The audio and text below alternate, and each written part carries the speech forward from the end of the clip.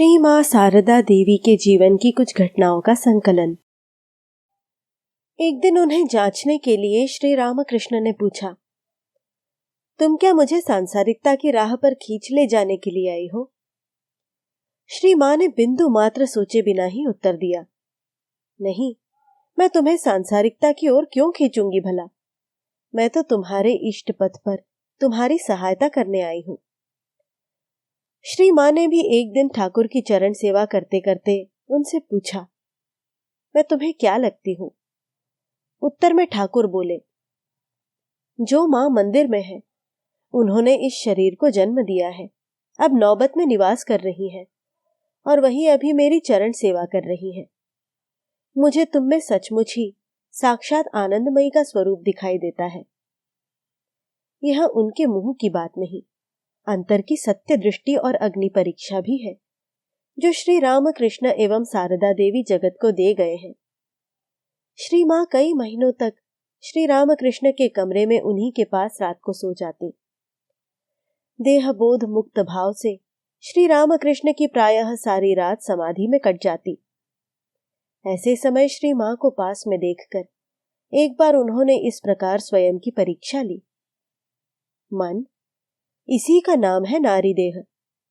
लोग इसे परम उपादेय भोग्य वस्तु मानते हैं और इसी को भोगने के लिए हर समय लालायित रहते हैं, किंतु इसे ग्रहण करने में बस देह में ही आबद्ध रह जाना होता है। सच्चिदानंद ईश्वर की प्राप्ति नहीं हो पाती। प्रेम के घर में चोरी न करो, पेट में एक बात और मुंह में दूसरी बात न रखो। सच कहो, तुम इसे ग्रहण करना चाहते हो या ईश्वर को पाना चाहते हो? यदि इसे चाहो तो तुम्हारे सम्मुख ही है, ले लो। यहां कहकर हाथ प्रसारित करते ही मन बाह्य भूमि त्याग कर समाधि में लीन हो गया। उस रात उनका मन साधारण भूमि पर नहीं उतरा। ठाकुर के इस समय के दिव्य भाव के बारे में श्री मां ने कहा है, वे कैसे अपूर्व दिव्य भाव में रहते, यहां शब्दों में समझाया नहीं जा सकता। गहन भाव में कभी कितनी बातें, कभी हंसी तो कभी रोदन और कभी समाधि में बिल्कुल स्थिर हो जाना, ऐसे ही चलता सारी रात। भाव समाधि की बात उस समय मैं बिल्कुल नहीं समझती थी। बाद में श्री रामकृष्ण ने ही श्री मां को भिन्न भिन्न भावों हेतु तदनुरूप भगवान नाम कान में सुनाने के बारे में सिखला दिया था। बीज मंत्र सुनाते ही श्री रामकृष्ण को होश आ जाता। लगातार 8 महीने श्री मां और श्री रामकृष्ण एक ही बिस्तर पर सोते।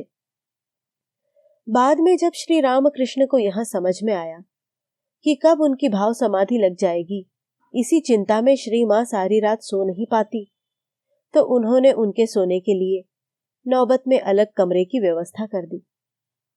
केवल श्री रामकृष्ण ही नहीं, पवित्रता स्वरूपा श्री मां के अपूर्व चरित्र की महिमा भी हमें यहां स्मरण रखनी होगी। श्री रामकृष्ण ने स्वयं ही कहा है, वो यदि इतनी अच्छी न होती तो संयम का बांध तोड़कर देह बुद्धि आती या नहीं, कौन कह सकता है।